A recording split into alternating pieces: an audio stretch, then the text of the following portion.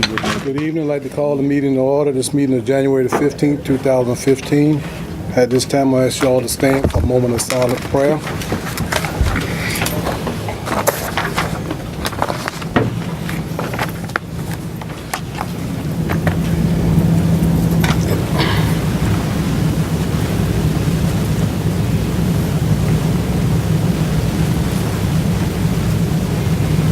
At this time, I'm going to ask Mr. Nance if you would lead us in the Pledge of Allegiance.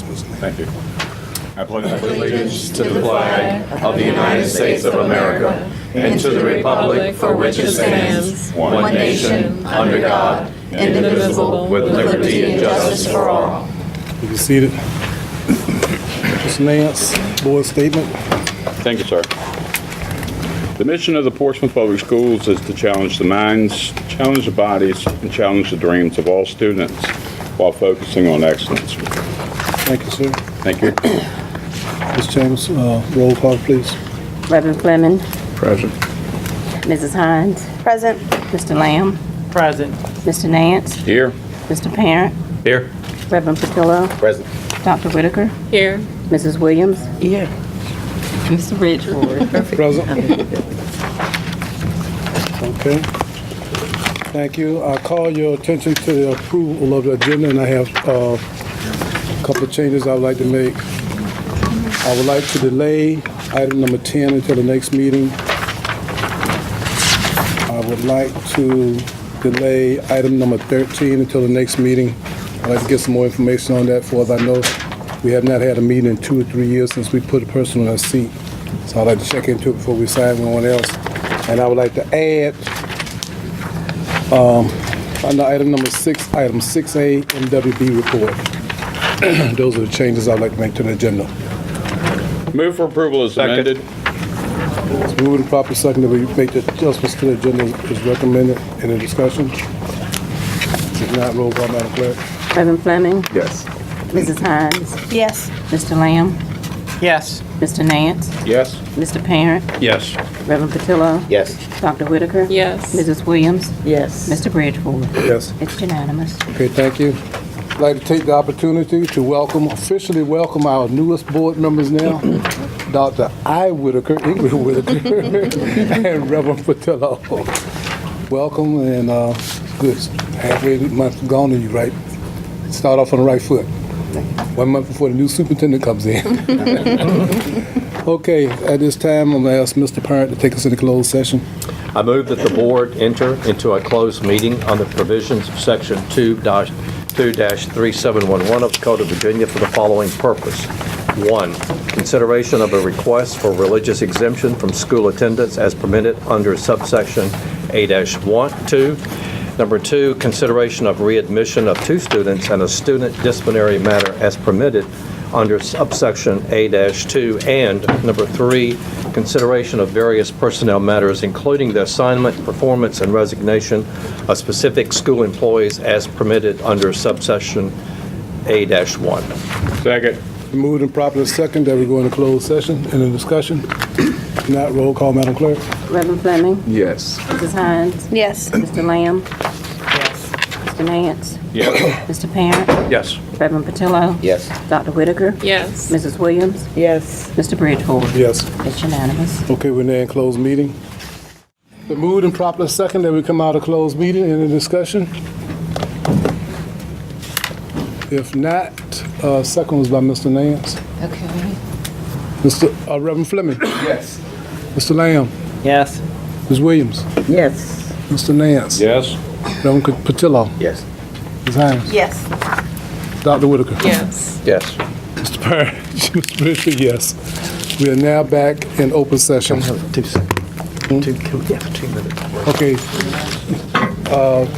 They want to take a 2-minute break. Take a 2-minute break. Somebody didn't pay this. Okay, we're back in session. Call the board's attention to item number 3, consideration of a religious exemption case number 2014-15/04. Board's pleasure. Move for approval. Second. It's been moved and properly second that we approve the religious case number 2014-15/04 for religious exemption. Roll call. Any discussion? That was number 3. That was number 3. Did I call the wrong one? No. Okay. Okay, roll call, Madam Clerk. Item number 3. Reverend Fleming, Yes. Mrs. Hines, Yes. Mr. Lamb, Yes. Mr. Nance, Yes. Parent, Yes. Reverend Patillo, Yes. Dr. Whitaker, Yes. Mrs. Williams, Yes. Mr. Bridgewater. Yes. It's unanimous. Thank you. Item number 4 has been rescheduled for January the 29th meeting. Item number 5, consideration of a readmission case number 2014-15/10. Mr. Steele, you have anything to add on this one? No. Okay. Board's pleasure. Move for approval. Second. We move and properly second that we adopt consideration of readmission case number 2014-15-10. Roll call, Madam Clerk. Reverend Fleming, Yes. Mrs. Hines, Yes. Mr. Lamb, Yes. Mr. Nance, Yes. Mr. Parent. Yes. Mr. Reverend Patillo, Yes. Dr. Whitaker, Yes. Mrs. Williams, Yes. Mr. Bridgewater. Yes. It's unanimous. Item number 6, consideration of long-term suspension case number 2014-15/09. Board's pleasure. Move for approval. Second. To move and move for approval and a second that we adopt item number 6, case number 2014-1509. Roll call, Madam Clerk. Reverend Fleming, Yes. Mrs. Hines, Yes. Mr. Lamb, Yes. Mr. Nance, Yes. Mr. Parent, Yes. Reverend Patillo. Yes. Dr. Whitaker. Yes. Mrs. Williams, Yes. Mr. Bridgewater. Yes. It's unanimous. Okay. Item number 6A, MWB report. Ms. Brazil. Good evening. Good evening. Good to you. You as well.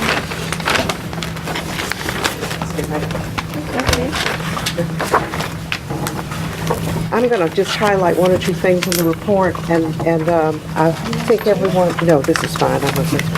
And I think everyone's had an opportunity to receive a quarterly report, which we promised you we would have this quarter.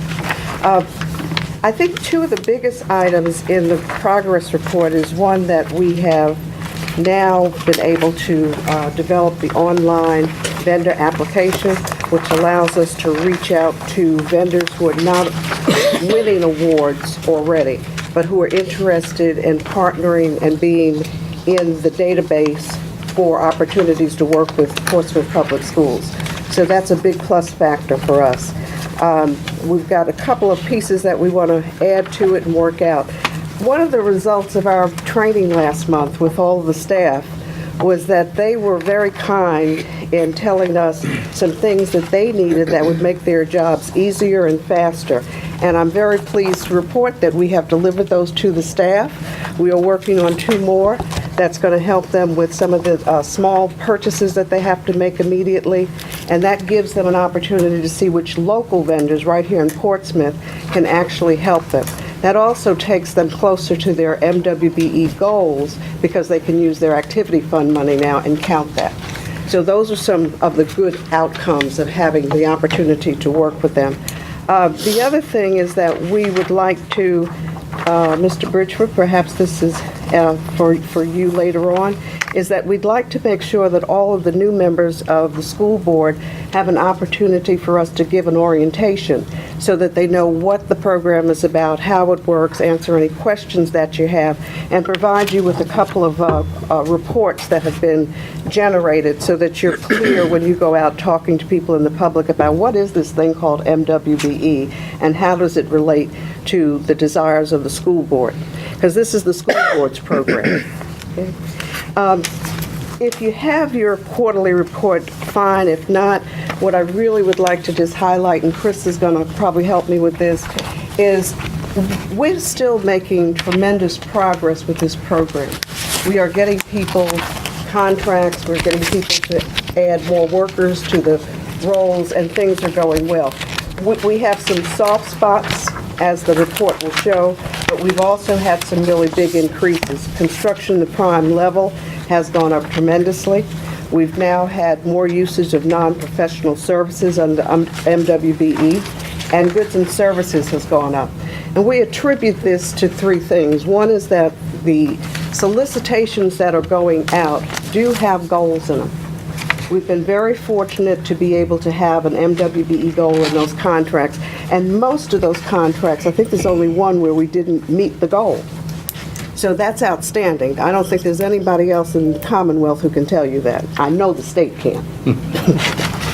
The other thing that we know is working well is that compliance. We have had absolutely no major issues with compliance in the last quarter. I think we've had a really good turnaround. And on Tuesday, the Wilson fire alarm contract is going to be let. And it, Yes. yes, Yes. 3 years in the making, but finally, You finally made it? finally Man. made it. Tuesday, Jeez. it is going to be awarded, and we are really pleased to, again, say that we have a women MWBE who is 10%, 9% of that contract. Oh. So we are still making wonderful progress and hope to make more progress. So at the pleasure of the board, when it's convenient, we'd like to set up a time to do a little orientation, maybe an hour, hour and a half. And we're not excluding old members of the board, but would like to make sure that the new members have an opportunity. If- Yes, sir. If Reverend Patillo and Dr. Whitaker would get together so you can see if you can do it at the same time, let the board clerk know, and then she can get in touch with Ms. Brazil for to set it up. Okay, thank you. Back in, And me too. Oh, you haven't had it? No. The other third one, okay. Good. at the, Not that old. at the December board meeting, there was a report that was given to us concerning, and we've got a spreadsheet of the principles in compliance. And I just want to make sure that based on, because I was looking at this evening, because if you look at the total, I assumed on the spreadsheet, the average percentage was 5.42%. So if I look above and look at each school, there are some schools that do very well, and there are other schools that are just under or haven't even done that. So I guess, Mr. Steele, how are we, in other words, when we receive another spreadsheet like this, we should see improvements at all schools? Absolutely. But now based on Yes. the training and all, and the expectations that we've set forth by this board. Absolutely. And one of the things that we, Chris and I will be sitting down talking and looking at this, we'll give a lot of one-to-one for those schools that have had 0 percentages. Right. Each school tends to operate just a little differently. So even though they have now all gone through, we really would like to give them the opportunity to sit and show us what they're doing, how they're doing it, and what else can be done to help them. Because with the activity fund money now being added in, we ought to be able to get those goals up. I think it's just a matter of really working with them. And one of the recommendations is a focus group be put in place. And part of that would be the preventative side of any school not being able to meet some of the goal at some point during a quarter. So we want to work with them in smaller groups. So what I'm hearing from you, there should be Yes. no excuse for any principal or any school not being able to at least meeting some of the goals. I mean, Some. they've been trained, Yes. they know the expectations. Yes. So we're not going to have a discussion about this again. I do not. Training believe- is- I don't believe we will, because Okay. again, in addition to just the training, I think they now understand that they're not in this alone, that we are here 24/7 for them, that they have people they can reach out to, Mr. Williams, to me, Ms. Mitchell, Ms. Foster, Chris's staff. And so rather than them feeling that I can't ask a question, what we're trying to get them to understand is you can ask every question, and we will give you an answer, and we'll sit with you and help you work through it. And you, at the beginning of your presentation, you said there were a couple of things that they asked for and you're doing. Yes. Could you tell us what they were, or did you? Oh, yeah, absolutely. Mr. Williams can tell you. And actually, Mr. Carter has beat us over the head quite a bit about making sure we had them by January 1. Got it. Several of the schools indicated they had been doing work with companies who were women and minority, but they weren't certified. So I've reached out to those firms. One is Joe Jacks over at Churchman and some others. The other thing is they had asked for certain specifications of lists. They asked for caterers, for example. We prepared a list of caterers for them. Yeah. Found one on George Washington Highway, went to visit the lady. She was very happy. She was even being reached out to. We're having a little difficulty with the optometrist, though. I'll be honest with you. They got one out there that I'm trying to find a woman of minority owned that's in Portsmouth that can provide the eyeglasses. We may not make that one, but we're going to try. Right. But again, the object is they have reached out, and we've tried to meet those requests as we can, or at least respond back and say that we are working on them. Good faith. And for those that have very specialized needs, some of the STEM needs, robotics is very specialized, we're working with them to help them find vendors that can meet the qualifications that they need. Ma'am. I have a question, and maybe Mr. Parent's second part of his question is somewhat addressing this, but if you could clarify for me even a little more. You had said at the beginning that there were some, the staff was bringing up some issues as far as how difficult it was to do this and so forth, and you had said that you had given them recommendations on how to make things easier. Right. What were some of those recommendations? I think the first one that they were having problems with was the database. They're going to what used to be called the DEMBE database to identify MWBEs. That database has several problems which we can't solve. That's a state problem. It is being worked on, but it is not completely solvable. So the solution that we gave to them, which cuts down on their time and, of course, their frustration, is to get in touch directly with Mr. Williams and use our MWBE database, which is up and running and efficient. So that cuts out a lot of the concerns that they had.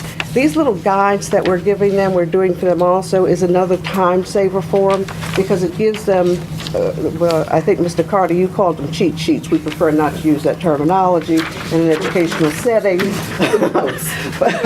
But it gives them an opportunity to quickly identify vendors that they would use on an ongoing basis.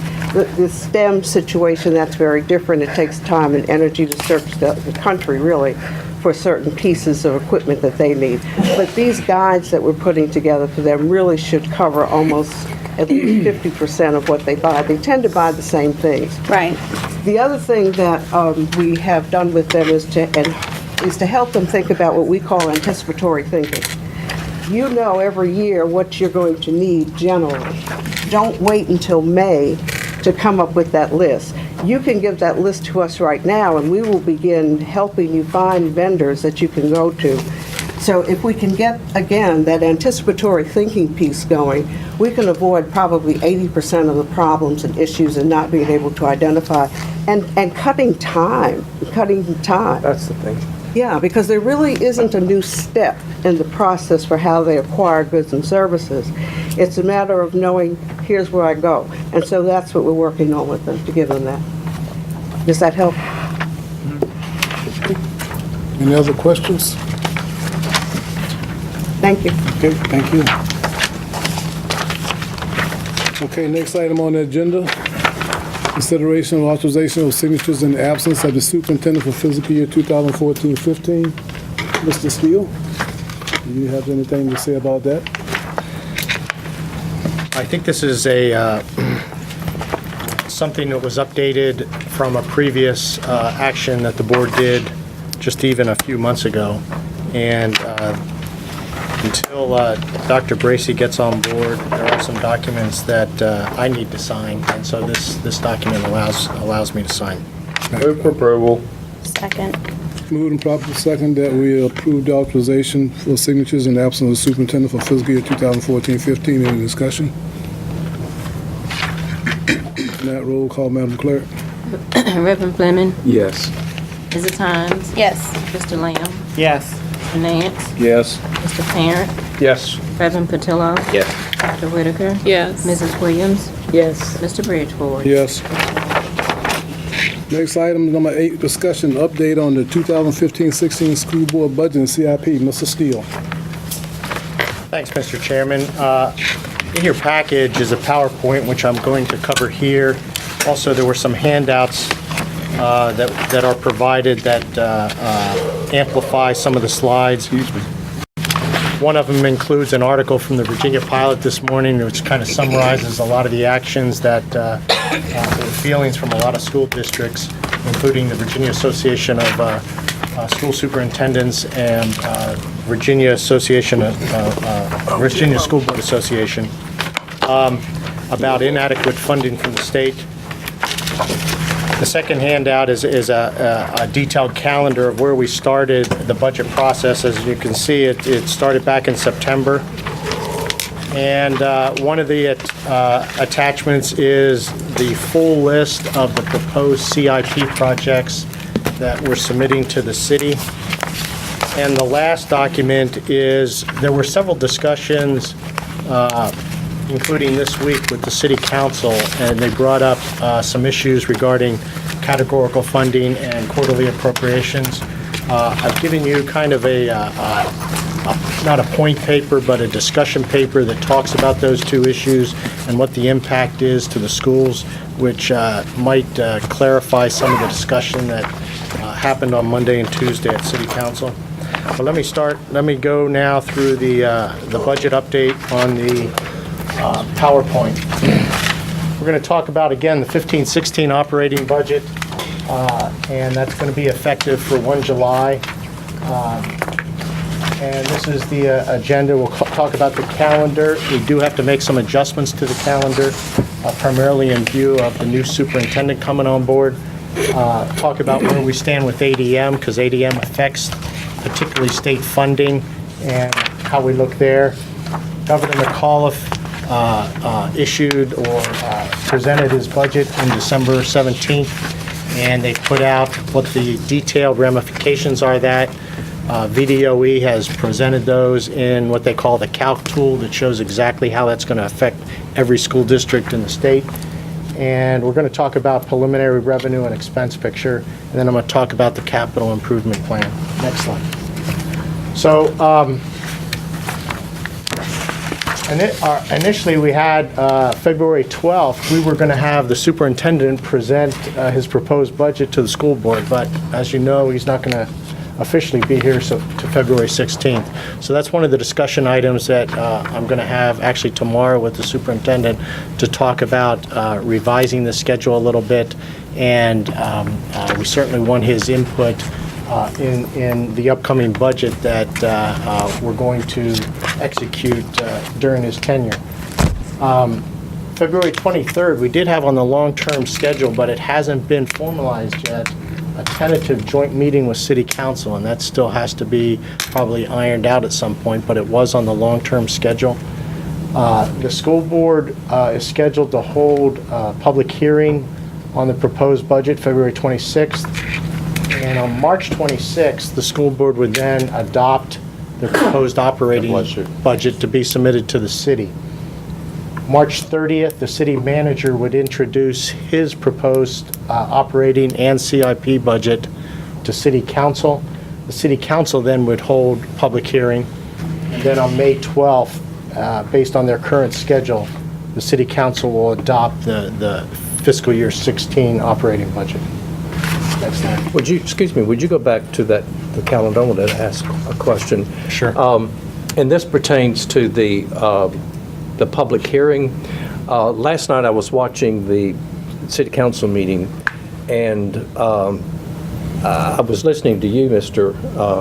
Lamb, because I got a little confused because you apparently have developed a self-made survey that is going out to the public, which I'm confused because as board members, I didn't think that we did those kinds of things since we had public hearings. We've already had the employee groups come before the board, and now we've scheduled a public hearing on the proposed budget so parents could do it. I mean, I could see if I belonging to a particular civic group, I would go to that civic group and I would say, what are your wants, and I could come back, and I could make my, but to send out and invite people to fill out a self-made survey, to me, is like every one of us as a board member, we ought to be able to do that. And I don't see, I'm a little confused, I'm a little taken back that it's like you are presenting to the city council the process, which we already have a process in place. So I'm not trying to, I'm just trying to clarify the fact that every one of us as a board member, we answer questions to the public. We certainly do that. But for you to develop a self-made inventory without the board's input, or at least letting the board have a copy of it, so that I was just taken back. I mean, I applaud your efforts with the PTA. That's great. But it's like you're the representative. It's like you've become the representative from the board making a report to city council, which I know that you didn't say that you were a school board member, but everybody knows that you are a school board member. But my confusion is, I don't want us to, all of us be in competition of having to do surveys to show the public that, we're doing our best. I thought it was very awkward. And I'm a little confused because that's the reason why we have public hearings, not for individual board members to create self-made inventories and then send it out, and then you're the only ones getting the feedback. And I guess at some point you're going to share that with the board. I'm just a little confused. So you're asking the question, what is the survey for, or? Yeah, I mean, I would like to have a copy of the survey. Absolutely, I have. But I mean, for problems you with as a that. board, but you as I know you went as a private citizen, but you are an elected official. Correct. That created a self-made inventory for the purpose of soliciting information from the public regarding the budget, which we already have a process. We do have a process, and I was not circumventing that process at all. All that survey it was just trying to get feedback from the communities, which when I go to civic leagues and so forth, I do pass it out, to just get feedback from the public, from the citizens, with what they believe is a priority of what they're looking at. I have no problems with sharing that information. In fact, that was the intent and purpose of that as well. But it was shared with the city council before it was shared with the board. I mean, when I was watching it, I thought, why is he doing that? I mean, we didn't get a copy, or at least I looked through my notes to see if I missed something or an email that I missed, that I didn't receive a copy of it. No, I mean, again, the intent and purpose was not to circumvent any process or so forth. The city council meeting was on Tuesday. This meeting was on Thursday. My intent and purpose was to share that also here. There was no secrecy about that. I put that out there freely and openly. Again, it's just to get input from the citizens of what they think is important and what they're trying to. I understand. So, I mean, that's all that Can I say is. something? I think what Mr. Parent is saying is that there is an understanding that board members are not to act unilaterally in terms of representing the entire board. So if you're collecting information as a private citizen, that's one thing. But to collect information that will be used at a public hearing as a board member, I think that's a totally different issue. And again, and as Mr. Parent had said, I did not pose myself as a school board member. Yes, people do know that I sit on the school board. But I did not go out there and say I am representing the school board. I did not say that as Mr. Parent has said, I did not represent it as such. Again, the intent and purpose was to just get a feeling, an idea of where the public is coming from with our schools. Yes, by all means, I would encourage anyone to attend that public hearing. And like you have just said, Mr. Parent, there's nothing wrong with going to civic leagues and so forth to ask for input as such as well, which is what I've done and what I will do. I just wanted to put that out there so that there was an accessibility for that to go out. I did not realize that there was an understanding that this was something that can't be done. I just felt that it was making myself available to what the needs of the citizens or what they were looking at. That's all I did. Ms. Williams? Yes, I saw the meeting in question that you all are speaking about, and my first thought was that, honestly, I said, well, Mr. Lamb has started campaigning early for 2016 because I was like, because we had not heard the information. We had not, normally there is a, and certainly you can do whatever you want as a private citizen, but you were recognized by the mayor as Mr. Lamb from the school board. Right. And, I just thought you were trying to share your good information about the PTA. And then when it went off into the budget area, that's fine too, but we have had in the past some type of protocol that when we make those presentations as far as anything like that to city council, usually our chair or whomever. And because, I think it's commendable what you're doing with the PTA and all of that. And you presented that, and then it went to your self-made survey, which I didn't know about that, because I know we do have the hearings and the teachers and the different groups that come to us, and just another way of, I guess, trying to get some communication done. But I can say this, you're the first person I've ever seen do it. But it might be okay, but that you're on. May I respond? My intent and purpose was not to campaign early. My intent and purpose was to get feedback from the communities that we serve. If I had thought that there was anything wrong about that, then assuredly I would not have done it. I think that if we have the opportunity to get feedback from the citizens or communities in Portsmouth, we should try to do that. Now, again, I've heard things such as protocol and understanding and so forth. Again, I was not aware of a protocol or an understanding.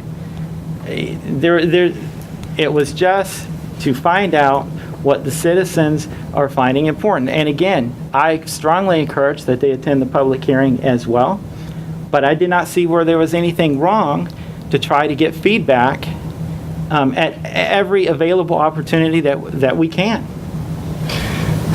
But here's the issue, and I'm not going to belay this, but because I was really taken back by it, only because when I became a board member, one of the first things that I learned, and when all of us have been through the orientation, and new board members will go through an orientation, and one of the things that you learn from the very beginning is that if you have any kind of survey or any kind of information that you want to share, the first person you need to share it with is the chairman of the school board. Because any time that I wanted to do something, I always made it my responsibility to contact the chairman of the school board because it's professional courtesy.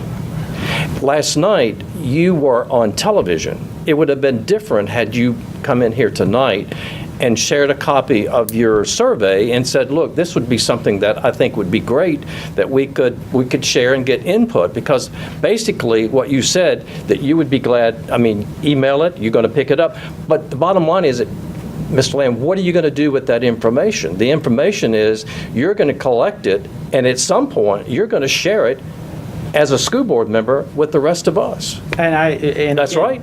That's right. Well, All right. and I've already said that was my intent and purpose. But what I'm saying is that there is a process. We all have to learn, all of us have to learn that we are one member of this board and that we're a team, and we work together as a team and not try to go out there and like last night, being on television saying, here's what we're doing with PTA and here's what we're doing with the budget, when we've been into this budget process. And there is a process and a protocol, and just a protocol with the chairman of the school board. It's just, I guess you just don't do that. And what I learned is that you always respect the chairman of the board, because it's the chairman of the board that speaks for the board, unless the chairman says, I want you to speak on my behalf. That's all I'm saying. I just was very confused and taken back by your presentation of this survey that I still would like to have a copy of. And I've already said that you will have a copy. There was no disrespect intended to you, to this board, or to the chair. The whole intent and purpose was to get feedback from the citizens of Portsmouth. I mean, you even said that if I took that to civic leagues and shared it, you even said that that's not an issue. I mean, if I'm going to a civic league and Yeah. I'm talking about it verbally, but you created a self-made inventory that you're going to send out to everybody, that's a whole different thing. I'm just talking about going to a civic league and speaking to civic league and asking them verbally, what do you see are the priorities of the school system? That's what I meant. I'm not saying I would go out and create a survey and give out this survey to civic groups and have them fill it out and then give it back to me. I would never do that, because we have a process that we need to follow it. And if all of us are going to do our own thing, then we're not going to be one. We're going to go in all different directions, and that I just think that's kind of circumventing the whole purpose of being a unified body. That's all I have to say. Okay. Let's get back to the presentation. I'm sorry. Mr. Steele. Next slide. We talked about ADM, and there seems to be a positive trend recently in going up, and that's both budgets, not only the FY16 budget starting 1 July, but the current budget. As you know, the current budget, our final state revenue figures are based on March ADM. So if we see that positive trend, that will provide potentially additional revenue for this year. So again, the governor proposed his budget in December. The key amendments updated direct aid, standards of quality, incentive, categorical, and lottery-funded programs, which are the different streams that we get the state funding. Updated sales tax estimates, which part of our revenue is based on. It decreased the employer rates for VRS, so basically that's a very good sign, because we had to devote almost a $2 million increase as a must fund to last year's budget to handle increases in VRS, and it looks like we may not have to do that this year. And the key amendment also updated ADM projections. So the legislation translated into, in the detail, the VDOE calc tool has adjusted their calc tool, which shows how much revenue we can expect to get from the state. Next slide. Here's a little bit more detail and a comparison between what's being proposed and the governor's update, which was given in December, and what the original fiscal year 15 or 2014-15 amounts were from the state. And again, the three major categories from the state are the standards of quality, direct aid, the incentive and categorical funding, the lottery funded programs. And if you look at just the chart, you can see that, okay, it looks like we're going up slightly, 1.07%. But one of the things you have to typically compare is how much money are you getting per student. So if you look at state revenue per ADM, although the top may show we're getting a slight increase, we're actually getting a slight decrease. But essentially, it's fairly even funding. I did add, although this is a state slide, I did add city revenue, because that's the second major component of our budget as far as the revenue side. And last year they gave us 54. The city revenue per ADM was about $3,800. And then right now we're not sure about city revenue. There was some discussion about it at the city council meeting earlier in the week. I think there seems to be a push to at least give level funding. But I would argue that if our ADM is going up to keep us even, then even city funding should go up. Next slide.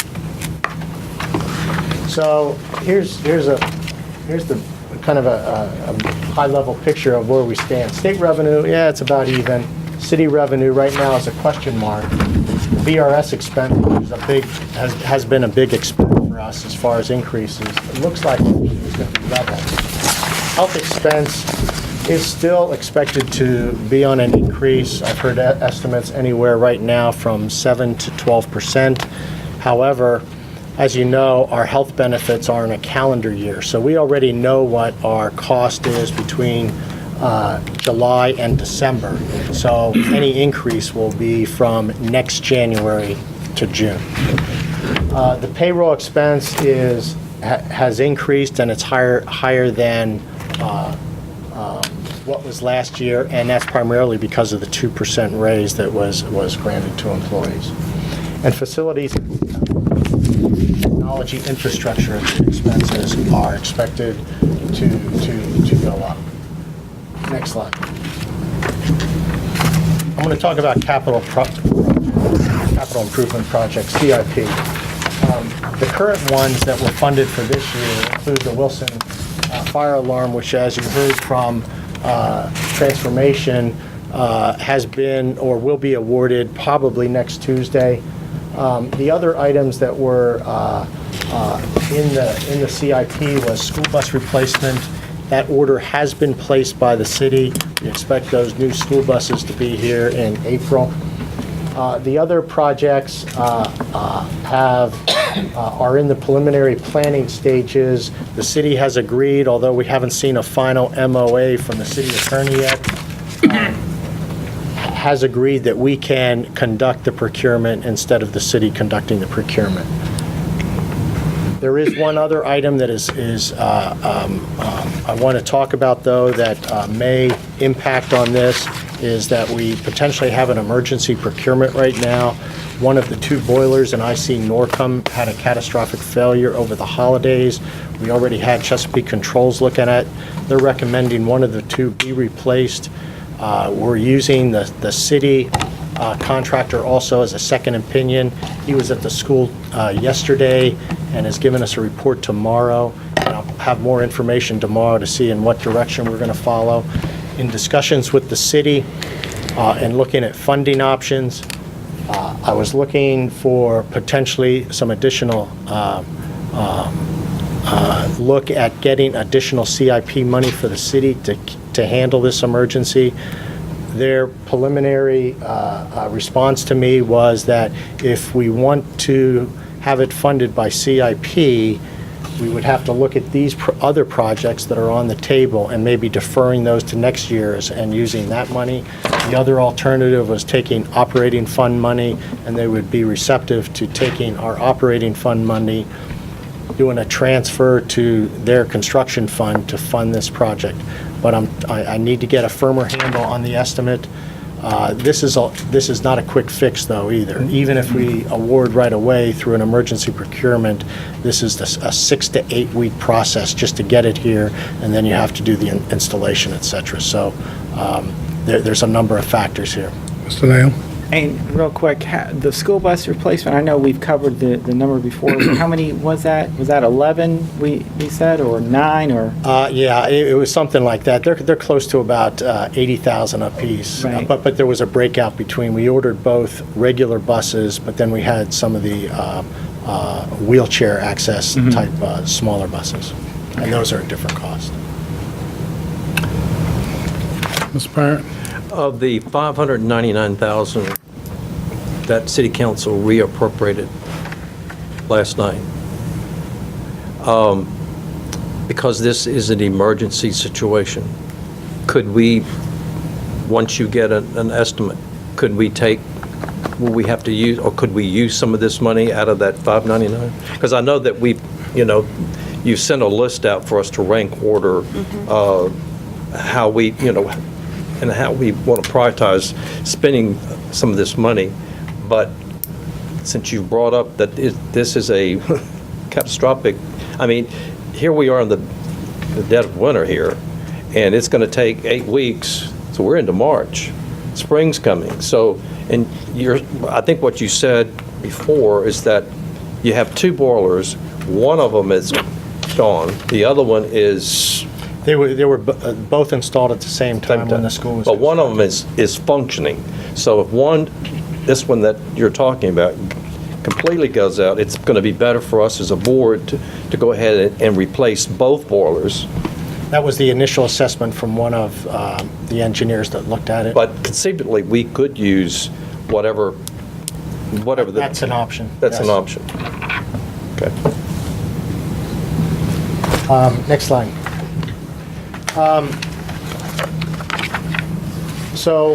What CIP, besides the operating budget that's going to be approved by the city, they do have a CIP budget that they're also going to approve. We put in our projects which compete with all the other city department projects, and they prioritize based on funding availability and funding sources, and decide, what projects that that they're going to fund for the schools. But I wanted to give you a feel for potentially an issue as we take a look at the growth of these projects. Last year, we had 18 projects submitted or requested by the school board to be funded at a value for this year of being $9 million. And because we give them a 5-year plan, that 5-year plan value is $31 million. The number of projects that was approved by the city was 7, and the value of the CIP projects they basically funded was 1.7. Of course, one of that was just the school buses. The 2015-16, and you have the detailed list that we plan to submit to the city, we're up to 43 projects. And they include both facilities, major IT infrastructure upgrades, et cetera. And for year one, we're looking at $14 million. In 5 years, it's a $52 million estimate for those projects. And I guess we'll find out the number that the city will approve and what the value is. The concern I have is that this early in the week, there was a question at City Council about CIP funding and the availability to incur more debt, et cetera. And there was an indication from the city manager that they can't afford to incur more debt. So if they can't incur more debt, the question is going to come, okay, where are you going to start funding these projects? And that's where you're going to have to either look at the city or the school side on annual operating fund. And that could impact significantly the schools. So I throw that out there as a big issue that would impact the operating fund in addition to just trying to get these projects done. And again, the detailed report is in here. On the board meeting on the 29th, we plan to present current year budget, the changes that were made by City Council on their reappropriations, and we'll have the figure based on the governor's budget on the revenue, the increased revenue stream from the state that we may expect from ADM increases, and then present several options to the board. And that ends my report. Questions? Okay, if not, go to the next item, which is going to be alternative assessments. Excuse me. I'm sorry. I did have a question as far as this budget proposal. Did we include anything in there for the bus drivers, or as far as, any type of increase or whatever? For the FY16, yes, that's on the list, but that's all the other the recommendations that were made by the school board. Those are the things that I'll be going over with the new superintendent on what needs to be factored into the superintendent's proposed budget. Okay, but it's in the numbers here, you're saying? Yes. Okay. Yeah, we look at the revenue first, and then we look at the expenses, and then if we have to, even like last year, we submitted an unbalanced budget. Revenue didn't equal expenses. We actually had more expenses because there were some quality improvements that we wanted to make. I'm Fleming. Are we hiring new bus drivers? Are we in the process of hiring? We are. We're constantly hiring new bus drivers. I don't know what has happened, say, since 1 January, but in December, I believe we had at least 6 to 8. I'd have to get the exact number, but they went through the training process, et cetera. A person is still doing double runs? Well, we always have bus drivers doing, yeah, I don't know if you can call them double runs or extra runs, but they're runs beyond the normal runs that they may be scheduled for.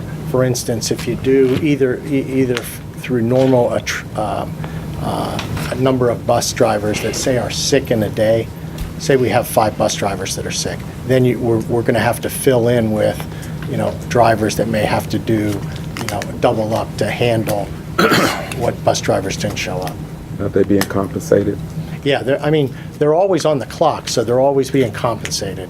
The issue that has come up before is, do they get either time and a half or double time because they're doing the extra run? They are getting the base pay, and that's one of the items that's also, in the budget list being proposed for FY16. I was lifting that up because I wanted to make sure that as we move forward, especially during the winter months, that students are not at the bus stop an extended period of time, and students are getting to school on time, because in the winter months you do not want students at the bus stop. I know for a couple of these last cold days that we had, especially the one from, I think it was last week, the bus drivers were showing up early to make sure not only they warmed up the bus, but also to make sure that the bus could start and run. The mechanics came in early to assist if there were any issues. So we were sensitive to the fact of making sure the buses got to the bus stops on time. Mr. Lamb, then Ms. Williams. With regards to the bus drivers and whatnot, how long does it take for us to train a bus driver? I know with like other cities and so forth, it's approximately 2 weeks or so. I'm just hearing things like it's taking us about 6 months for someone to go through from beginning to end of 30 classroom hours and 20 road hours. Can you say anything about this? Well, 6 months sounds too long because we had bus drivers that put in their applications and were, I think, on the road in less than a month. So let me get back to you on exactly what the training requirement Yeah, is. because I would, and I'm glad this got brought up too, because I'm just hearing, I'm still, excuse. Well, maybe Dr. Shepard can add on to what I said. Good evening. Good evening. It takes about 30 classroom hours of actual in-class work to train the bus drivers. In addition to that, each bus driver, for example, if we have 5 bus drivers in a class, by state requirements, each of those 5 bus drivers are required to have 24 hours of individual actually behind the wheel driving on the bus. That takes a while for each individual have the 24 hours actual driving on the bus, but with the training with some students. We've just finished a class last week of about 4 new drivers. They're now on the road. We're planning now to interview, because we do keep the position open, we constantly interviewing and having classes. We try to have at least a 2-week, 3-week turnaround to start a class, because we know that we have a need for drivers. So that's why we try to expedite that the training class. And so, it takes us, we started the class, it takes us maybe about, I'd say maybe 2 months, 2 months and a half. That's take a little. And as Reverend Fleming has said, so there's no students that are still arriving at school late in the mornings?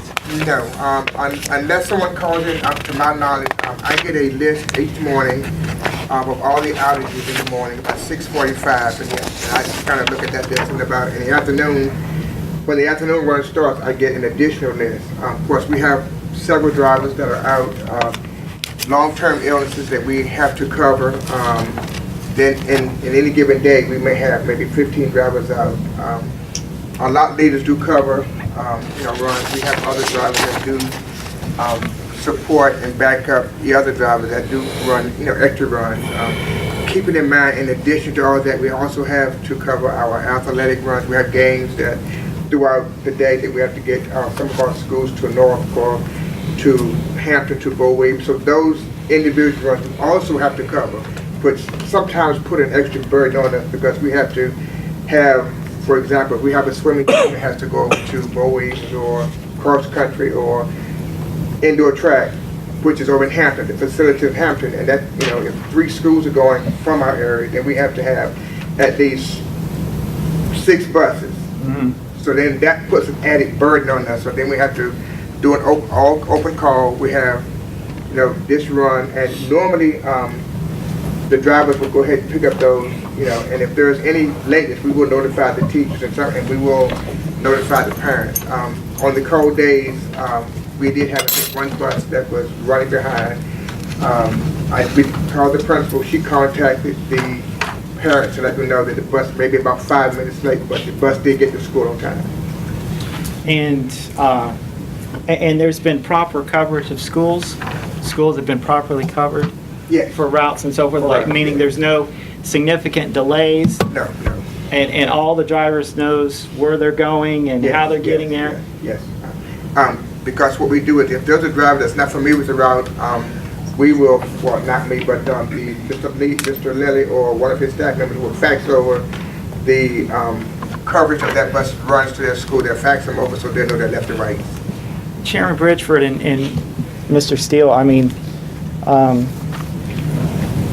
as it was pointed out by Dr. Shepard, I would like for us to have earlier or even of the next meeting a kind of a rundown, a report to see how things have progressed since that August meeting that the bus drivers had with regards to the things that have been improved, things that are still not working out, and so forth. I'd like to know from administration exactly what has been done and so forth. I mean, I'm still hearing things about radios and so forth. I mean, you want to talk about an emergency procurement, I guess. These buses need some kind of communication. I'm sorry. When a significant fight breaks out or something, it's a safety issue across the board. And when drivers still aren't able to call in to a main office can't hear a bus driver calling and so forth,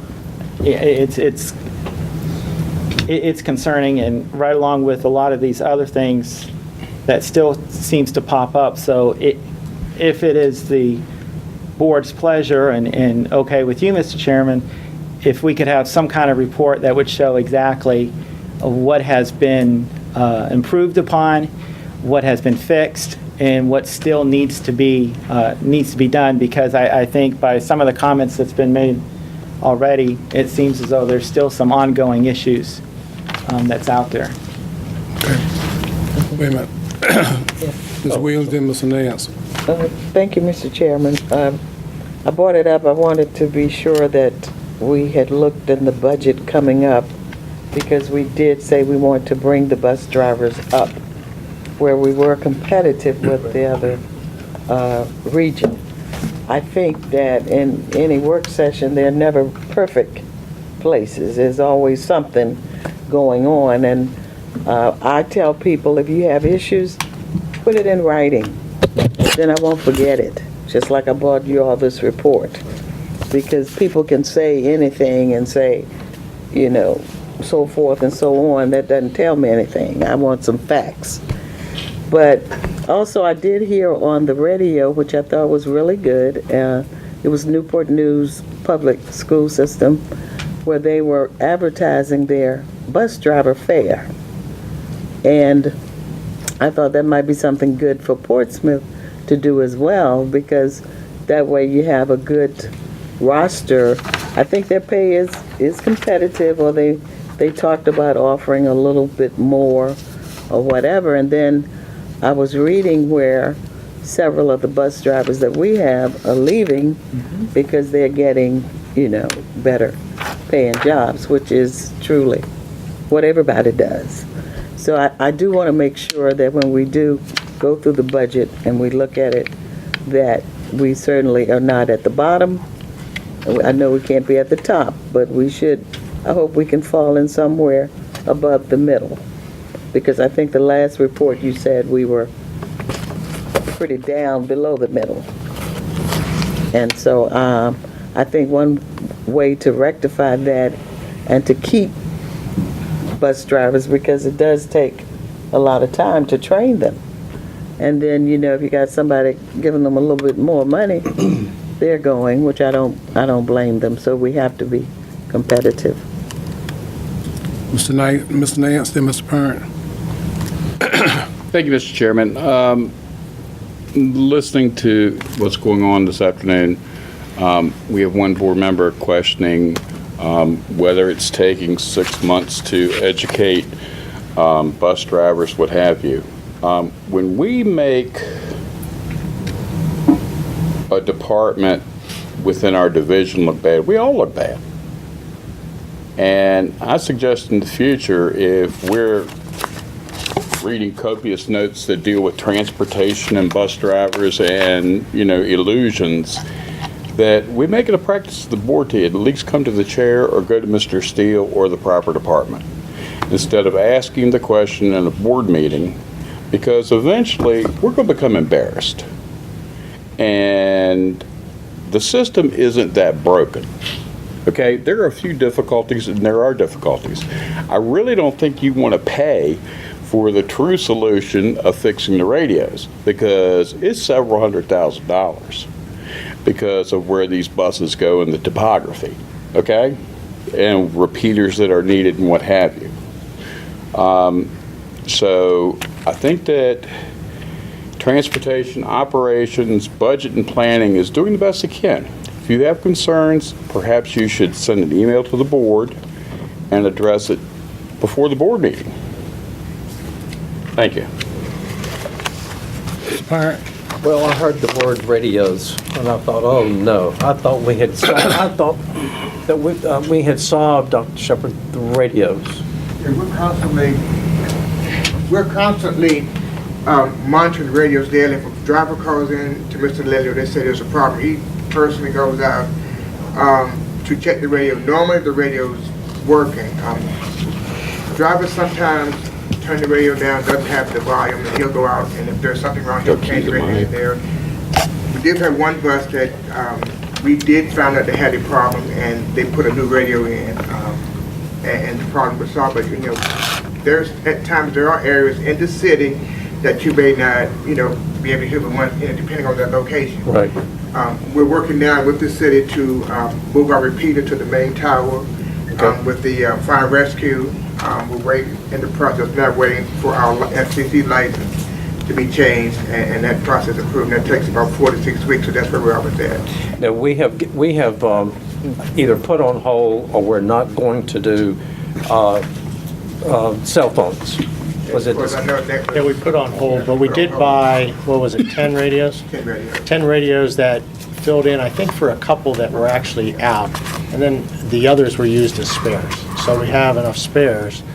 I haven't heard of recently a radio issue, other than we still have the coverage issue, and that was, that the repeater was going to The solve coverage that. issue, we're working, you know, every day to cover. That's why I get that report, the outage report every day. And Right. like I say, depending on bus driver illnesses, bus drivers called out, we average anywhere from 10 to 15 drivers out in a given day. That seems to be the norm. But we get those all covered. And of course, unless a driver that drove the bus in the morning, for some reason may have an emergency, then we get that call, then we have to, you know, cover that bus, but we keep that bus covered. Okay, thank you. Okay. Mr. Chairman, I have one question. Mr. Steele, for the money that was reappropriated, that council, the 599,483, I see we have 349,741 designated for instruction. So do you foresee us actually using those funds for instruction before the current budget year ends? Where are you looking? 340? The reappropriated money that we have for this budget. Oh, okay, from the previous. Right. Oh, okay. We have two reappropriations. Okay. Initially, we had a 1.7 million reappropriation, and the majority of that we used for a 2% raise. We still had, I think it was 400-some thousand left after that. In addition, as we closed out the fiscal year and we had a final figure, we had 599,000 we've identified, and we requested the city to reappropriate that into the year to satisfy, all the needs that we have. And they passed that this week. So we have that, the 400, and now, based on what we're seeing from the state, we potentially have some additional revenue that we can address to that list. And I think that list was well over that amount. Oh, yeah. And the idea was for the school board to prioritize that. And the only emergent thing that we have in addition to that list was potentially this emergency procurement that we need for the boiler. So we're going to get more details on the boiler. We'll finalize the state figure, and then we're going to present, again, the list to the board with the total figure that we can prioritize and then start moving out on those items. Ms. Williams? Now, we started the self-insurance January January 1st. 1st. Correct. I think that's projected at 209 ahead. 209,000. Last one. I'm trying to remember a figure I saw Tuesday when we met. Well, You remember what that was? I might be calling the figure out wrong. That's how I forget it. I don't. I'm kind of following on that one. But it did start 1 January. One of the things we have to track is we have projected claims, and we want to make sure we're on track with that. And the board will report to the board how we're doing against what our Okay. projected track was on claims. Okay. Okay. Next, okay, I already said alternative assessments, item number 9, Dr. Taylor. Thank you, Mr. Bridgeford. I think we mentioned earlier about the local assessments that will be given this year. As all of us know, for the fiscal year that we're currently in, the Board of Education eliminated 5 tests, 1 for science, 3 for social studies, and 1 for English. In doing so, it is imperative that the school board makes sure that as the curriculum is implemented, that we cover those standards that students will be required to know, or that it will be necessary to know in order to send those students to the next grade as prepared as possible. In doing so, the state wanted to know what would each school division be doing per content area. As a result of that, they developed 5 questions. And the 5 questions were generic to each one of the content areas, English, 1 being English, the other being 1 for science, and 1 for social science, for social studies. Math was not included because they did not lose a test. They still have to test all grades. And the only thing that we lost really was 3rd grade science. Again, we lost the 5th grade writing test, and then of course we lost in social studies the 3 tests, 1 at the 3rd grade level, 1 at 6, and another 1 at grade 7. So with that in mind, when the legislation was approved, it was made perfectly clear that we had some time to work on this. From our Office of Curriculum and Instruction, immediately we began working with this in August. We appointed a committee, and the committee members began to talk about what are we going to do, how are we going to do this to make sure these students this year will move to the next grade. So we had to have some type of assessment in place. The state allowed us to say this time we can look at teachers making tests, we can come together as a region and look at other tests. In addition to that, we were given the autonomy and the opportunity to already know that as we move into the next school year, that's when we will look at the assessments that were given this year, and next year we will improve on what we are doing. So with that, we also received from the state a form that had 5 generic questions. 1 question had to do with what do you plan to do for 3rd grade history, science, as well as for the writing in 5th grade.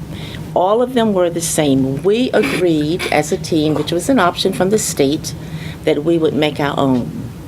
Now, what was different was how we would administer them. For example, in third grade science, along with the reading, they would infuse the two together and assess students as they're going through the year. In the area of history, it was decided that they would assess at the very end of the year. That was an option. So the bottom line is, as we went through the discussions about how are we going to do this by pulling other members in, such as our teachers, it was finally decided that we were consistent across the board in all of the content areas that we are going to address, with the exception of when we will actually test. Social studies will test at the end. English and science will test. That will be infused throughout the school year, and teachers will be making or doing or creating, I should say, those assessments. The other thing that I wanted to call to your attention was the fact that an option was also there to go out and purchase a test. We said no to that. We didn't feel that we needed to do that. I'd like to share with you that at the regional level, in attending the meetings once a month, it was decided that we would join a consortium with the other neighboring school divisions in which we would apply for a grant to assist us in helping to train the teachers who would be working on these assessments. I think it comes to about a $6,000 allotment if we should get it. Portsmouth is participating in the consortium with the other cities, and if we get that, we will use those funds toward paying teachers after hours to come in and work with us in order to make sure our assessments are measuring the skills that will be necessary for the students to know in order to be well prepared when they go to the next grade. We do have this evening Mr. Carter as well as Mrs. Cross, who worked diligently on that committee with Mrs. Laura Nelson, who was unable to be with us tonight due to illness.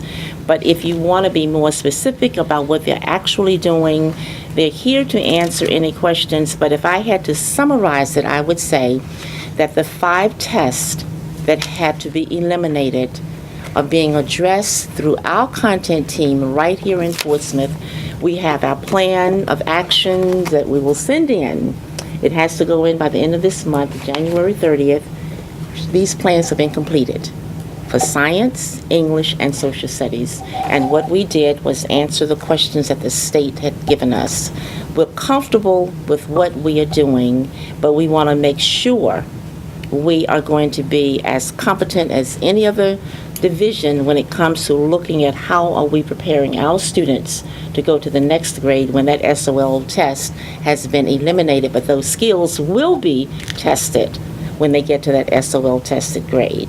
So if you have questions, I'll be happy to answer those, or you may want to refer to the social studies and the English director. Yes, Mr. Parent. Mr. Parent. Thank you, Dr. Taylor. 2 questions. One, may we have a copy of that report? I mean, it's going to be due at the end of the month. Yes. And we meet the 29th, so could we possibly, as a board, have a copy of it?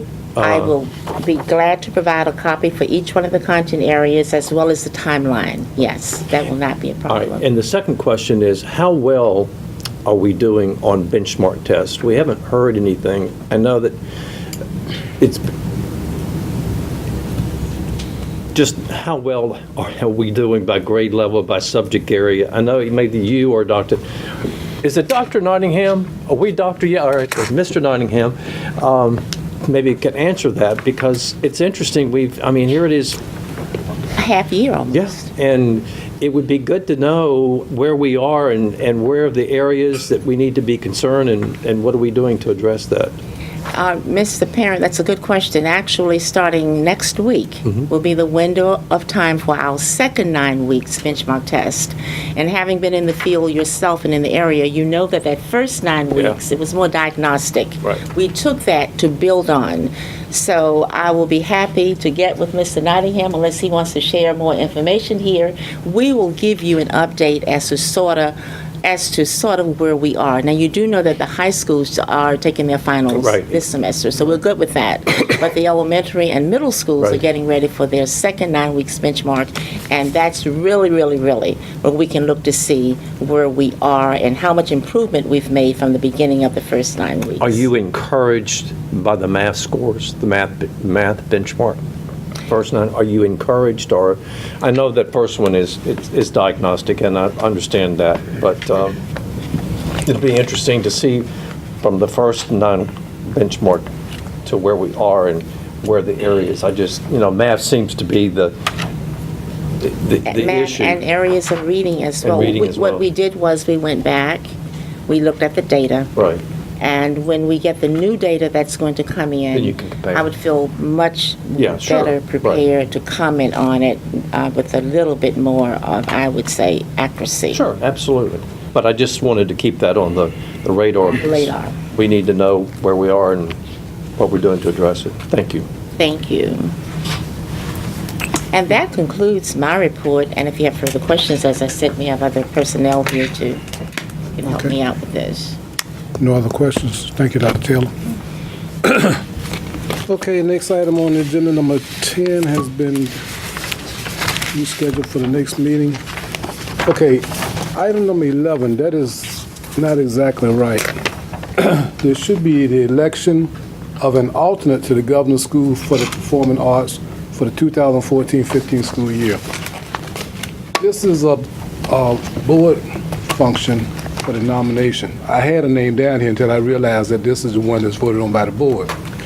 So I guess the first question I have, and that would be an alternate to replace Ms. Reinhardt. We already have a director, which is Mr. Lamb. So this is for a replacement for the alternate. And the governor's school, that meets in the middle of the day, Mr. Lamb? Yeah, it's usually over the lunch, really lunch hours. You start about 11. Yeah. So do we have anyone interested in on that particular board being an alternate? I had a name down there. I'm not gonna call that name until I find out if they want a person to volunteer. I'm available if needed. I didn't say anything. I just looked at you. I did have you down, Reverend Patillo, because we do believe in putting people to work when they come on board. I'm flexible on it. There would have to be a I don't want to be the one to make the nomination. I just picked out some names. So Nominate Reverend. I move second. I nominate Reverend Patillo for the alternate Okay. for the governor's. Yeah, that means that Mr. Lamb can't make it. He'll call you to see if you can make it. Okay.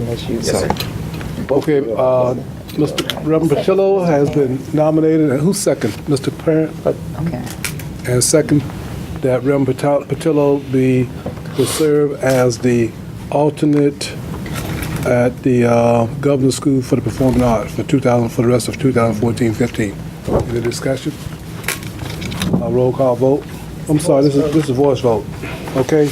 All in favor, let it be known by the usual sign. Aye. Those that are opposed? Welcome. Thanks, sir. We just like Presbyterians. When we see somebody walk through the door, they're all on some committee. Yeah. Next is to, wait a minute. That's the alternate. And the next one is the representative for the alternative on WHRO. Okay. Now, on this one, Mr. Nance, you are now the alternate. Do you want to move up and be the representative and then we choose an alternate?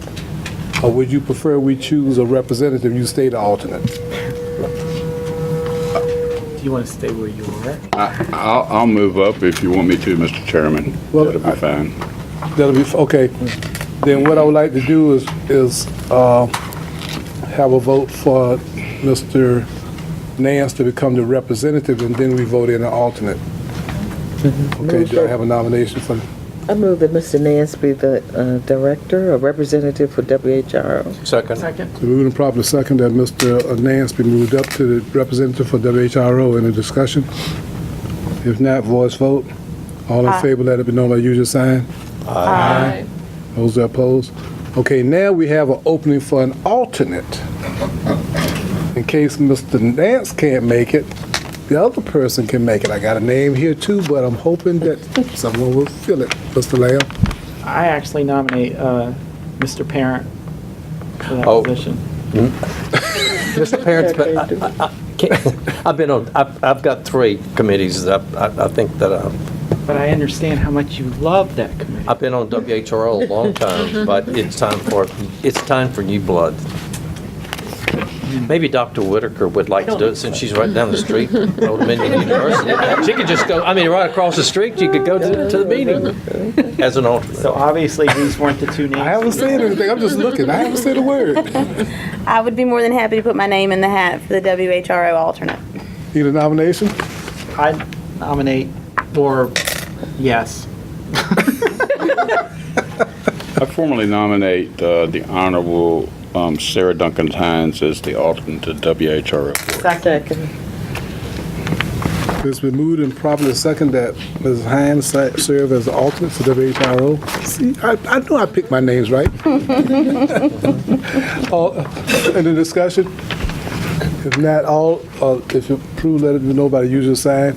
Aye. Those opposed? Okay, thank you.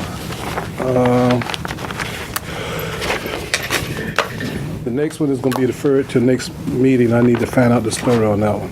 Okay, so a review of the agenda for Thursday, January 29, 2015, item 14, Mr. Steele. Yes, Mr. Chairman. The agenda will be modified, of course, with some of the items that were indicated as being deferred to the next meeting, so that this will be modified. But the early session will start at 5:30, and the 29th, the regular session at 7 as usual.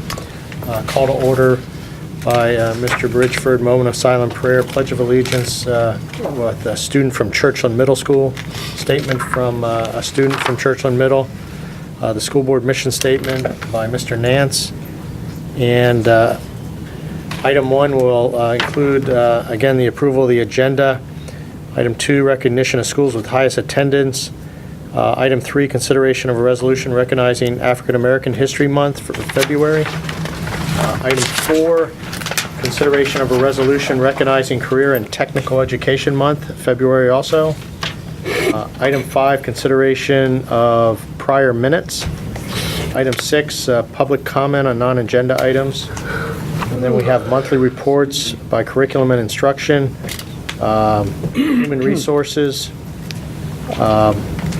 consideration of the employee transaction report, and the monthly report by some person named Christopher Steele. And then if things work out, we may be in a position to consider a contract for legal services, and also a consideration of a contract for the food service equipment contract. And then there'll be consideration of a revised budget for 2014-15, primarily as a result of actions that were done by City Council on the reappropriations, et cetera.